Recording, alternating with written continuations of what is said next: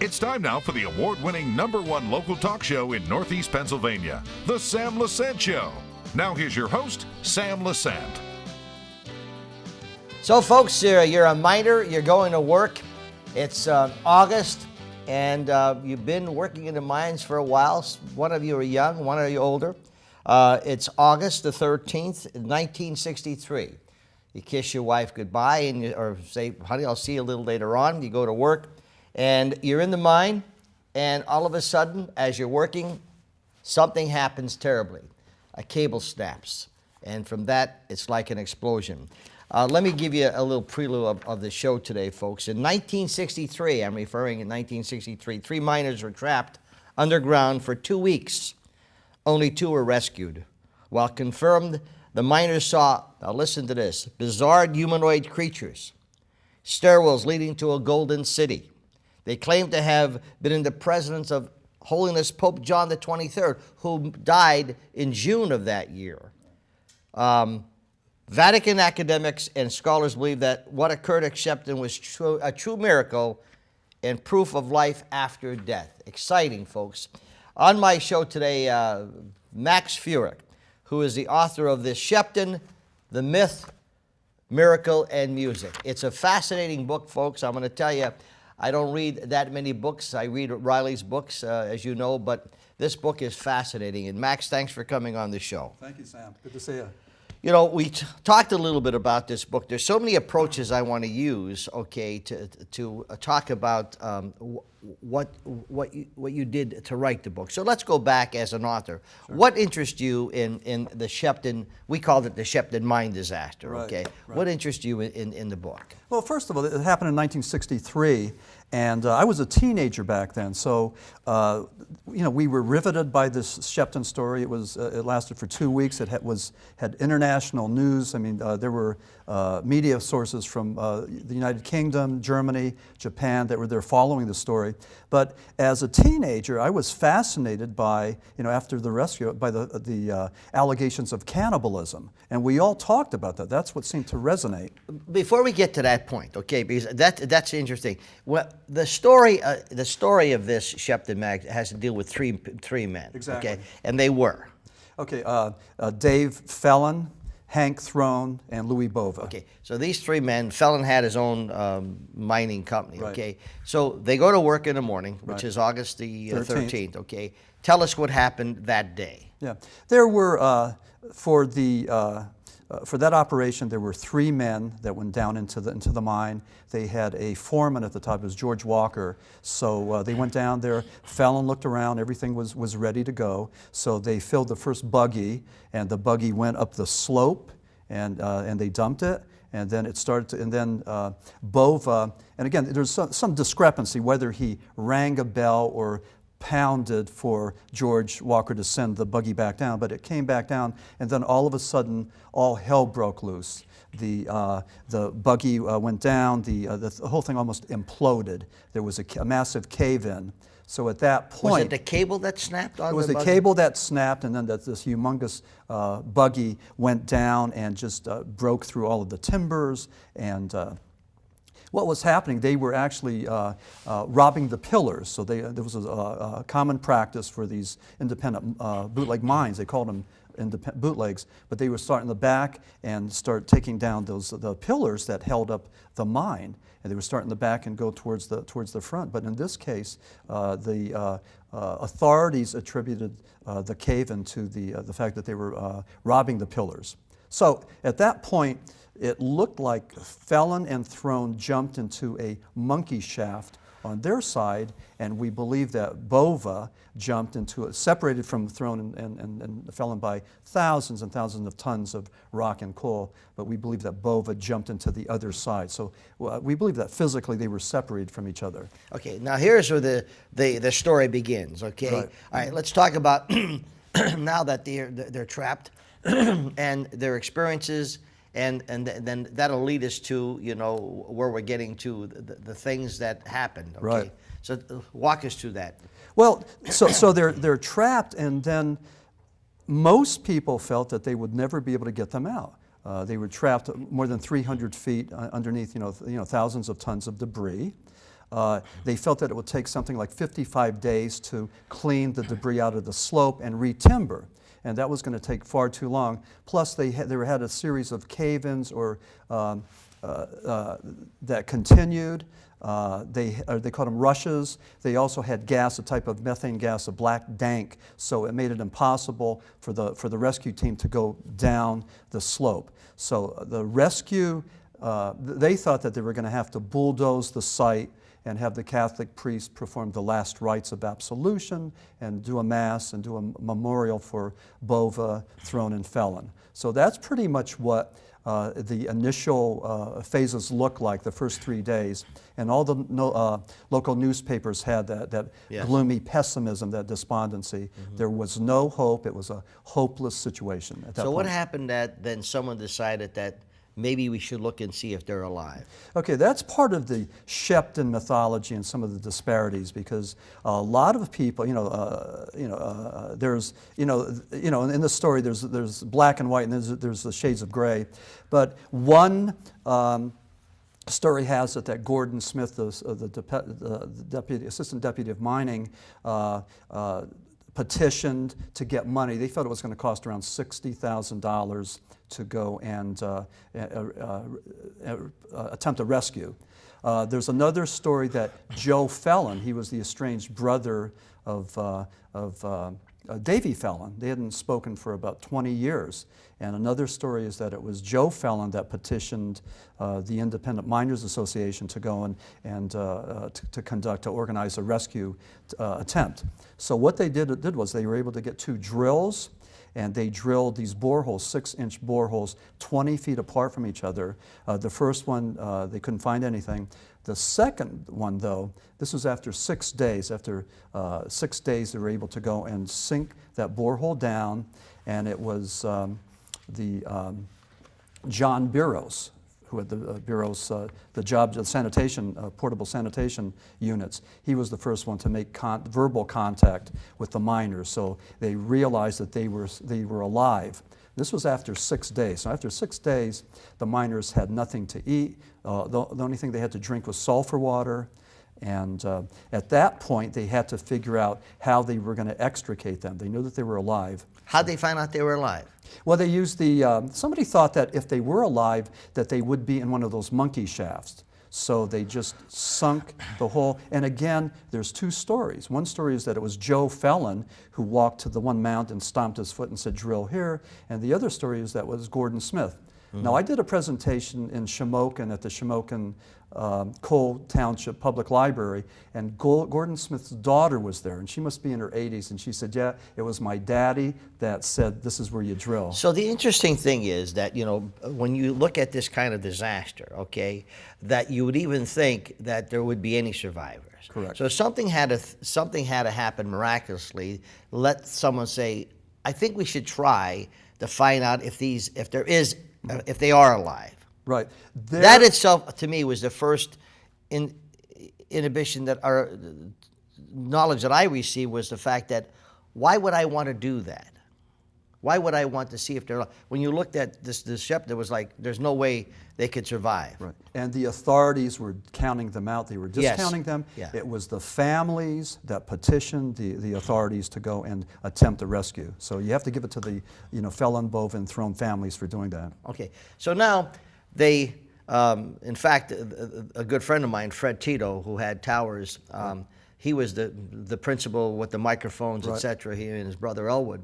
Lowering the microphone down, and then so they hear the voice, okay? Right. All right, and then the story you're telling how they lived and what they did is probably from their admission, right? What they went through. The Felon and Throne story has been articulated so many times. The Associated Press, I believe, might have had an exclusive agreement with them for at least a year. So their words are out there, their recollections of this disaster. And like I said, there's been 2 other books written about Sheppton and documentaries. So we know the story. And what I try to do, though, I try to write this from a psychological aspect. I wanted to tell the story of what it would be like to be down there in complete darkness, nothing to eat, Yes. no hope.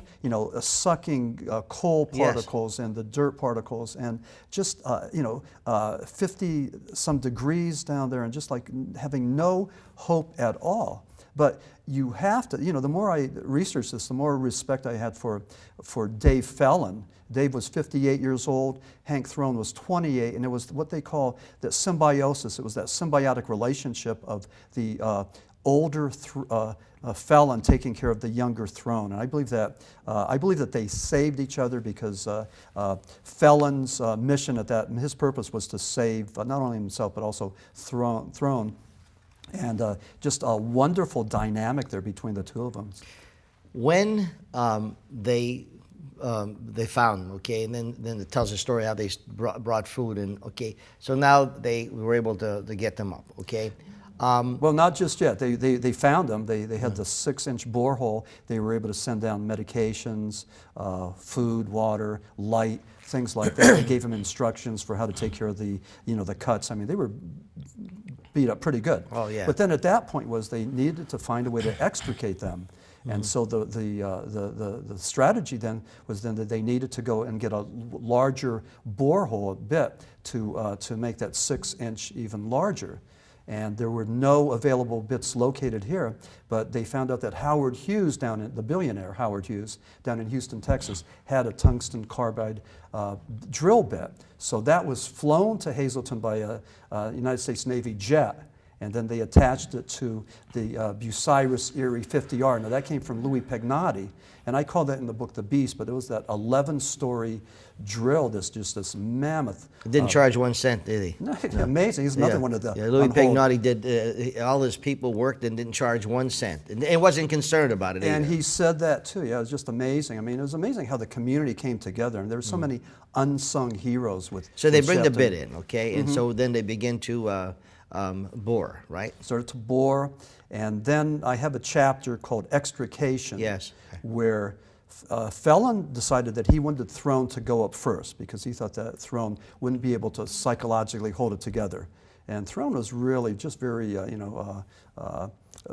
tended towards hysteria.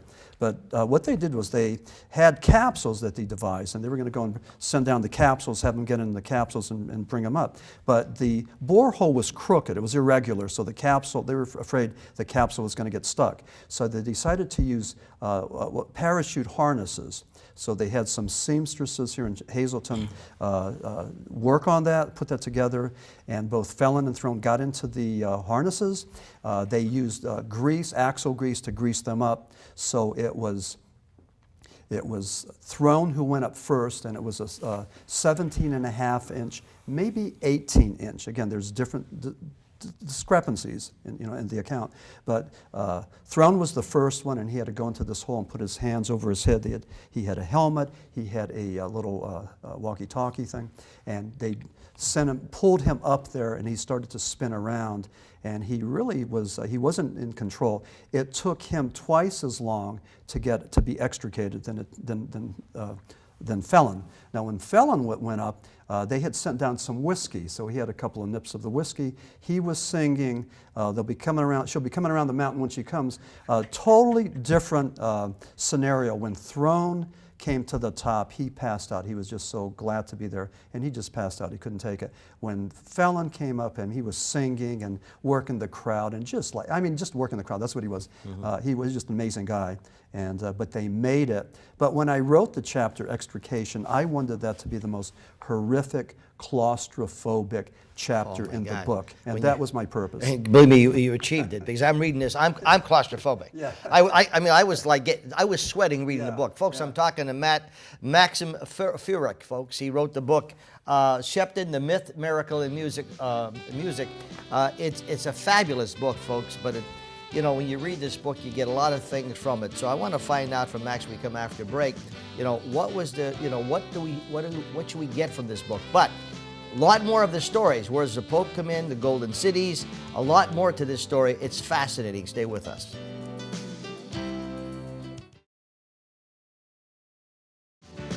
Welcome back to the Sam Lesante Show. Remember, 24/7, all of our programs, folks, on ssptv.com.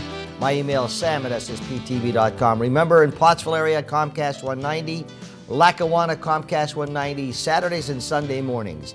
In the Wilkes-Barre, Kingston, Mountaintop area, Channel 92, Saturday and Sunday evenings. And of course, here in Hazleton, Channel 13 and HD Channel 513. My guest today is Maxim Furek. He is an author, folks, and he wrote the book, Sheppton, The Myth, Miracle in Music. It is a fabulous, fascinating story.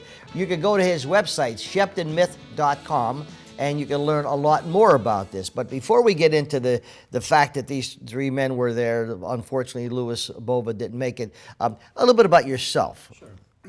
Well, my day job was I was a psychologist, and I was in charge of the drug and alcohol program. But I've always worked as a music journalist, a rock journalist. And I had a magazine called Timothy in 1980, and that was based on, actually, the Sheppton thing was based on one of the first rock songs by one of our own, regional acts, the Boys. So that was short-lived. But I wrote my first book in 1986. It was on the Jordan Brothers. They were from Frackville, and the Jordan Brothers were the first group to release Gimme Some Lovin'. Even though Spencer Davis Group and Stevie Winwood wrote it, the Jordan Brothers were the first ones to release it.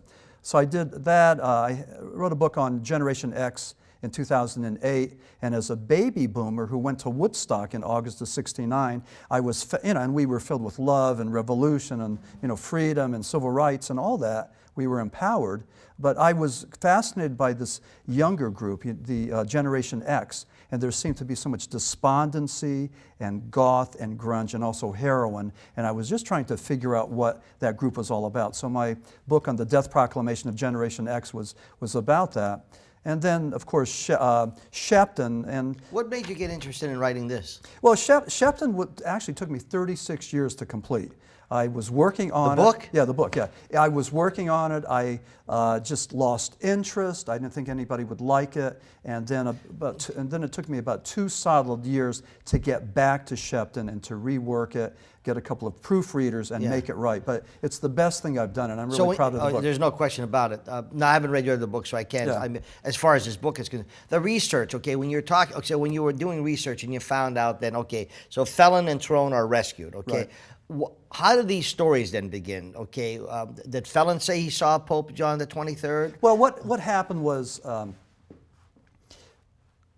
I approached this as a music journalist. I was pretty much interested in the song Timothy by the Boys and the allegations of cannibalism. Okay, that connection. A lot of people thought that Timothy was about Sheppton, which it wasn't, but a lot of people thought that it was. So that was my first interest in Sheppton. But then when they came out of the mine, when they were extricated, and I started to do the research, the larger story was there. It wasn't the story that I was looking for. I didn't realize there was so much. But what happened was Felon told Throne to shut up. He said, "Don't talk about what we saw down in the mine." Again, and Throne, the 28-year-old Throne, just couldn't stop talking about it. So he talked about seeing the stranger. That was Pope John the 23rd. And they claimed... both of them saw. They both saw Pope John the 23rd. And he had his hands like this, and he was over there in the corner. He was there for 2 weeks. They believed that Pope John the 23rd, by being there, saved their lives. Now, that's what they said. But Vatican scholars and academics have also cited Sheppton as one of the miracles performed by Pope John the 23rd. He was canonized in the year 2014. Father Joseph Mary, who was the chaplain for the Eternal Word television network down in Birmingham, Alabama, he has a YouTube video that you could search, you could Google, and he talks about Felon and Throne and Sheppton being one of the Pope's miracles. I had contacted Father Joseph Mary and sent him the book, and he sent me a letter. He said that he's looking forward to reading about the Sheppton miracle, and I will be down there in Birmingham, Alabama in December, and I'm hoping to have an interview with Father Joseph Mary. The interesting thing then is the both of them saw the Pope, so it wasn't just one. Okay. It wasn't just one. And what about the other things they saw? The other thing was they talked about humanoid creatures, not coal miners, but almost like alien-looking creatures that were there, with lights. Some You think they were hallucinations? I don't think so. Well, and here's the thing. I mean, when you look about mine disasters and when you talk about Sheppton, I don't believe that by drinking the sulfur water that caused hallucinations, and I don't believe that hallucinations are long-lasting, that they would last for a 2-week period. Wow. The same hallucination. I think that people that hallucinate confabulate, and there's a hallucination here, and then maybe a little bit later another one. So. Again, there's some people that felt that it was just minor psychosis, it was PTSD, it was hallucinations, and that's one theory. But my theory is that there was something else, something of a miraculous nature and something of a supernatural nature that happened. Mm-hmm. They saw these humanoid creatures. They saw golden cities. They had stairwell steps where their ancestors and their family were sitting, almost like this near-death experience. I was just going to say that. Yes. One important aspect of the Sheppton story was Ed Conrad. He was the gonzo journalist. That's what I call him, a gonzo journalist like Hunter H.S. Thompson. And Ed Conrad sort of befriended Felon. He had him tape recorded and notarized, and he took him around to University of Pennsylvania to psychologists and psychiatrists, and then he took him down to Virginia to meet Elizabeth Kubler-Ross, and she had wrote on the stages of death and dying. She was the Swiss psychotherapist. Elizabeth Kubler-Ross believed that what they saw was true. It wasn't a hallucination. She believed that what happened in Sheppton was proof of life after death, the Pope who had died 2 months earlier. So again, this was Elizabeth Kubler-Ross who wrote about this extensively, but it was Ed Conrad who made this happen. Without Ed Conrad being in the scenario, this is just another series of rumor, conjecture, and innuendo. Ed Conrad brought some legitimacy into the Sheppton mythology. I know Ed well, a great person. You know, the interesting thing when reading the book, you know, you go into detail, you know, and you can imagine what they suffered, okay, what they went through. Horrible. But Felon was the stalwart. I mean, he was the main guy that kept everything going. I could imagine him singing. In fact, I remember seeing the 2 helicopters. I lived in Pardeesville at the time. And when they showed on TV, we went out, we saw the helicopters coming up to bring him to the hospital. So what I ask any author is, like, you know, I know I told you the story about George Bernard Shaw. When he wrote the play, this is what the lady said the play meant. He said, well, if that's what you thought it meant, that's what it really is. Reading this book, okay, anybody who doesn't have a faith, okay, I would think, you know, you got to think about this, okay? But you have naysayers that say, well, it's hallucination. But what your experience, Max, and the background you have, okay, I don't think you would have put the effort into a book like this if you did not believe everything that, you know, you put in this book. No, absolutely. The Sheppton mythology, the Sheppton story is just something that I wanted to revisit and I wanted to tell. And I'm doing this for several reasons. One, as a baby boomer, I did want to go and write about Timothy and the boys and the connection to Sheppton. That was the one thing. But the other thing, even greater thing, was I wanted to take a look at Sheppton. I wanted to do something for the coal region and the miraculous and supernatural aspects of the coal region. I wanted to put in the same energies as Stephen King has done to the state of Maine with all of the urban legends and superstitions and all that. That's what I wanted to do for the Pennsylvania's coal region. And the other thing too, I wanted the young people to know that what we have here is just a wonderful legacy. It was the anthracite coal region that fueled the Industrial Revolution. And we need to sing that and praise that and write songs about it, because that's our legacy. I mean, we did so much. And the only thing that, you know, I talk about this a lot when I do my seminars on Sheppton. I talk about the motion pictures that were made about coal miners. You know, we have the Molly Maguires and we have the Bells of St. Mary, and then pretty much nothing. Even though the coal region had the same amount of death and violence and corruption and sex. But the one thing that we don't have that maybe a lot of these Hollywood westerns and other stories have, we don't have that glamour. We don't have that glamour, and I think a lot of people shy away from the coal region because of that. But I think the coal region is, just like in Sheppton, it's a story of survival. It's a story of human spirit. And in Sheppton, it's the blending of that human spirit with the technology, because with the Bucyrus Erie 50R, the beast that I call it, you know, and the rescue technique, that borehole rescue technique was later used in Q Creek in western Pennsylvania in 2002, and then it was used in Chile in 2004. 2010, and there was a motion picture called The 33 from 2015 that documents that rescue, but it was Sheppton rescue technology that saved those miners. Max, I tell you, we could go on for another hour. I'm telling you, it's interesting. The book is called Sheppton, the Myth, Miracle in Music, and his website is ShepptonMyth.com. Thank you for coming on the show. It goes to show you, folks, back in 1963, when you talk about people working together and, and respect for life, okay, there was thousands of people involved just to try to save these people. And it is a fascinating book. I highly recommend you getting it. How can they get this book? You can contact me at ShepptonMyth.com. So just go to their website. You can get the book, ShepptonMyth.com. It's a fabulous book. Once again, thank you, and thanks for bringing Pat on your wife. It was very nice. Okay. I'm meeting Pat. Okay. We'll see you next time.